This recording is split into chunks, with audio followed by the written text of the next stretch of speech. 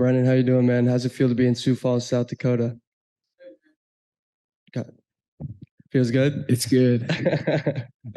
We're in Storley's home state of South Dakota, so I think it's safe to assume that he'll have a good amount of friends and family in the audience this weekend. But I just received word that your boy Sean Shamrock, he just touched down here in Sioux Falls, in this beautiful state. Are you expecting to have some friends in the crowd yourself? Is Albert making the trip? And what type of reaction do you expect to draw from the fans come Friday night? Yeah, I mean, I'm gonna have some of my hooligans who are gonna be in the house. Yeah, I just picked Sean Shamrock up at the airport. My boy Joe's here. I'll have some. There'll be some hooligans out there, and I don't mind. I like fighting. I don't care where we are. Mm-hmm. Your backyard, my backyard. It don't matter. Mm-hmm. I'm unfazed by any of that bullshit, And I think it doesn't matter to me one way or the other, dude. Where we fight, and I think people know that too. That's why this is the first time someone's even like mentioned to me, how's it fighting in his backyard? Because people know. Mm-hmm. I don't give a fuck. Mm-hmm. What can you tell me about Mike Penta and how he's influenced you throughout your career and helped you specifically in this past training camp? Oh yeah. Mike and I, we've been friends. We've been friends for a long time, and before any of the fighting shit, you know what I mean, and he came to one of my first pro fights and saw how gassed I was, and he's been training me ever since, and I can show up. I've showed up to him fucking 2 weeks before a fight, like, oh, Mike, I need you. And he's like, all right, let's go. 2 months, 2 weeks, 2 days. He don't care. He'll take me on. He's my boy. He's like a brother to me, He's like a big brother, There's a lot of people out there that believe with a victory this weekend over the #1 ranked former interim champion Logan Storley that your next fight should be fought for the belt, 5 rounds with the undefeated Yaroslav Amosov. I know you're fully focused on this matchup with Storley, but how much does a Bellator championship interest you? And do you believe that you'd be putting yourself next in line for a title opportunity with a win in Friday's main event? Yeah, I mean, Logan's the #1 guy. So I feel like it would only make sense, you know what I mean? But dude, if I fight him, I know, and I hate to always say this because like it must like not that it gets redundant, but people must be all right. We get it, we get it. But I don't care who it is. I don't care who it is. Like this is not. It's not as much of a sport to me as this is a fight, man. And I'll fight anybody. I'm not impressed by your skills and your this and your that, because I'm bringing a brawl to you. Like I'm gonna brawl with you. And that's what it is. So Amosov, he's great. He's super technical, very well, dude. He's more than well rounded. He's good everywhere. But dude, we're gonna brawl though. It's not gonna be pretty. He's not going to keep me away from him with front kicks and long jabs. Like, it's not going to happen, dude. I'm going to come fucking flying in with big hooks and big overhand rights, and he's going to have no choice but to respect it and cover up. And once I'm in, and shit will go from there. And I'm going to push against the fence and fucking uppercut. Dude, I get dirty. I'll fight you the same way if I'm going to fight you in the parking lot at Walmart as I'm going to fight you in the cage, bro. We're going to get nasty. Mm-hmm. I know you don't train with them primarily, I don't think, but I saw you got some training in alongside or with Alex Pereira and Sean Strickland during this camp. How was it like to work with those guys? Sean's real cool. He's a real cool guy. And yeah, he's great. He's like what MMA needs, man. MMA needs guys like Sean Strickland who had like that he's got like superstar power, that kid now. Like he's huge, and he is your regular fucking guy. You know what I'm saying? If you, dude, he'd go have a burger and a beer with you after the fight. Like anybody, he's not this like uppity type guy. Like, hey man, like, I offered to go back and wrestle and train with Alex's guys. Fucking crickets, whatever. It's cool. Hey, I don't give a fuck, dude. I'm in Connecticut. You're in Connecticut. You fucking need a wrestler. I'm a wrestler. Whatever. It's fine. No skin off my teeth. Trust me. You know what I'm saying? Give a fuck. But no, but Sean's cool. Sean's down to train. I messaged him. He's like, yeah, fuck yeah, let's train.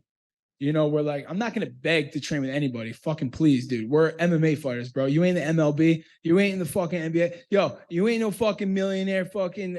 Yo, we're MMA fighters, bro. there's MMA champions right now who join an MMA gym to lose weight. And now they're a fucking champion of the UFC. Come on, man. You think, you gonna go pick up a baseball? I think I'm gonna be a pro baseball. You ain't fucking doing shit. Go sit down. So humble yourself. Everyone, all these MMA fighters who think that they are besides McGregor, humble yourself, man. Humble yourself. Be cool to everybody. Because this is gonna get twisted. I know that. But hey, that's how I feel. I've always felt that way. Be cool. Be cool to everybody, because we're really, man, anybody can do this. This is one of those pro sports that anybody can fucking do.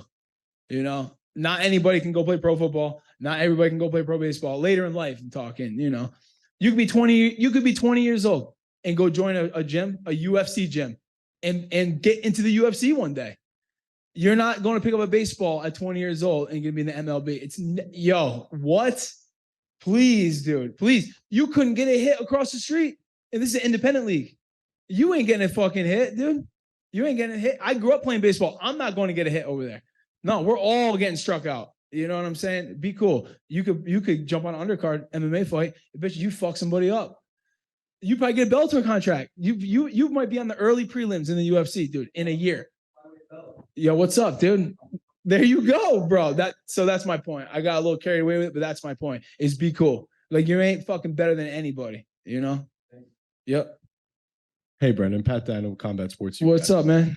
Hey, so you said the other day that you might not want a title shot if you win this fight. Just elaborate more a bit on that thought process and why you might not want a title shot. I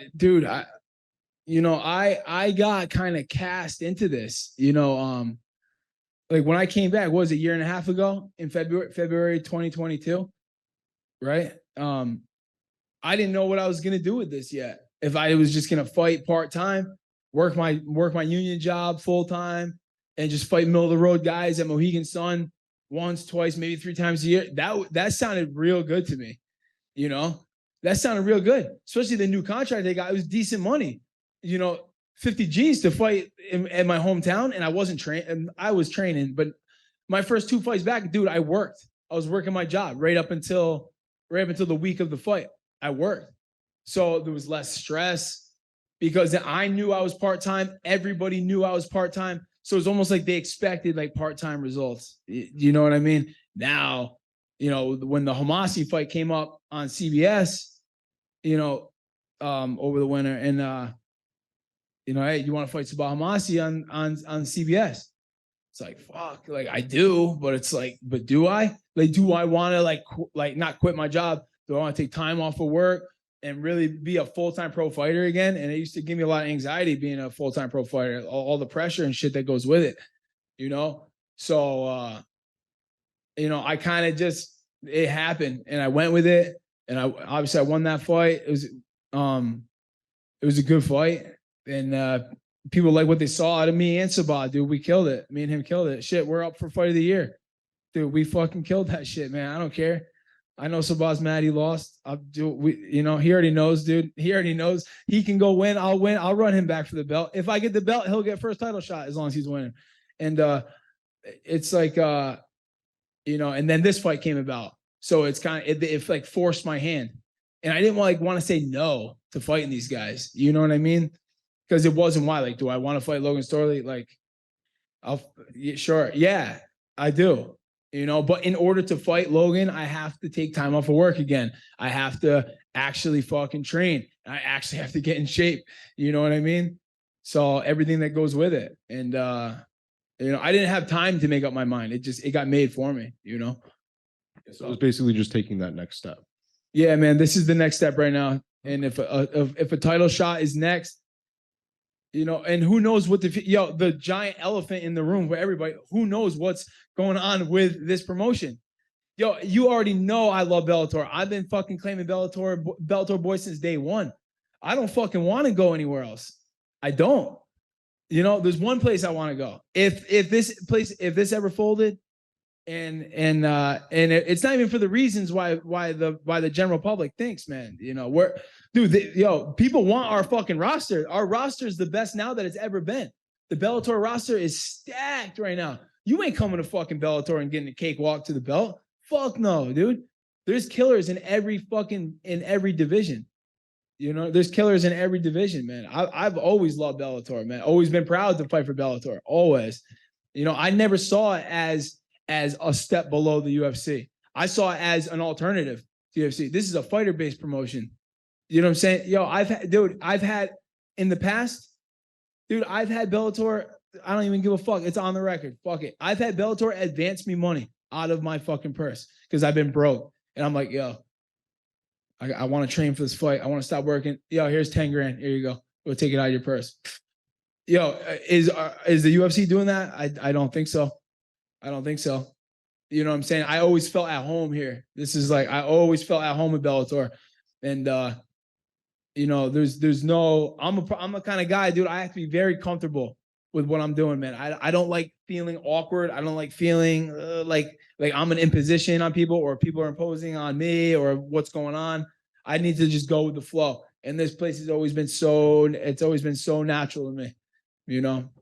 So you had some back and forth with another fighter on this card, Dalton Rasta. Yeah. Is that a fight you think we could see at some point in the future? I mean, maybe like down the road, but that kid's he's on a fucking warpath to the top at 185. That fucking kid's a problem, dude. And he's a fucking big kid, man. He's fucking big. Do I think I could fucking give him a scrap? We would scrap for sure. Definitely, dude. Definitely. I don't think the fight's gonna happen. And he's a good kid. And he's a really good kid. He reminded me a lot of myself when I was younger. He's like 27. He's young. I'm fucking 35, dude. You know, he's a big, young, strong kid, man. I might have my hands full with him. You know what I'm saying? So I'd rather, for now, I'll keep him as an ally, dude. No, he's a good kid, man. I like Dalton. If a super fight would ever come about down the road, I'm sure he'd be down. I'd be down, of course. If the money's right, you fight anybody. He might have to fight his own teammate for the belt, you know? So. What's up, Brennan? Dylan Napoleon, New England MMA here. Oh, man. This camp, I seen you did some work with Billy Goff, a big wrestler back home in Connecticut. What can you tell me about being around him and having him help you get ready for this fight? Billy's that's my boy. You know, we live so close to each other. We train, you know, at least once or twice a week. I'm always in there with him. I'll be home to help him out with his shit coming up. You know what I'm saying? And yeah, Billy's great. He's probably one of the toughest kids. He's probably the toughest kid that I train with, that I've ever trained with. I'll go out and say that. Have I fought with guys who are, you know, he's young too, man. He's like just getting cracking, you know, Yep. And about to make his debut in 2 weeks and for the UFC. And but dude, there is no quit. There is zero quit in that kid. You gotta put a bullet in that kid. You know what I'm saying? He's a type of fighter that I don't like fighting. You know what I'm saying? Where he's not, it's hard to break him. You know, where my pace and my tenacity and the way I fight can break people. Do you know what Yeah. you know, that's why I have so many, even not just my last 3 fights, but in the past. Yeah. Look at my past. How many fights have ended in the second round with me? Yeah. A lot of my fights end in the second round because I fucking pour it on. You know, and so by the second round, dudes are like, fuck, you know, and but a kid like Billy, dude, he's a fucking animal. Yeah, he's an animal. And I see him going real far in the UFC. I see him going real far, not just because he's my boy, but because I can just see what is, you know? Yeah, definitely. Thank you. And you made comments that Logan wouldn't be able to lay and pray with you in this fight, which is something that he's done in the past, or maybe, you know, his wrestling is super advanced and uses that in a lot of fights. But you said that that wouldn't work with you in the arsenal that you have. What do you believe will be some of the big determining factors in this fight? I mean, I think he might come out and try to stand. I got like a weird feeling that he might come out and try to stand. I fucking hope he does, man.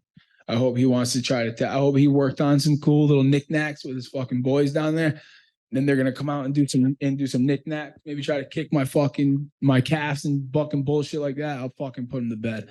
You know what I'm saying? But if he does what everyone thinks he's gonna do, he just comes out and shoots from across the cage. Dude, I wrestled my whole life. I fucking wrestled, dude. I got my plaque at home. Yeah. I got my plaque.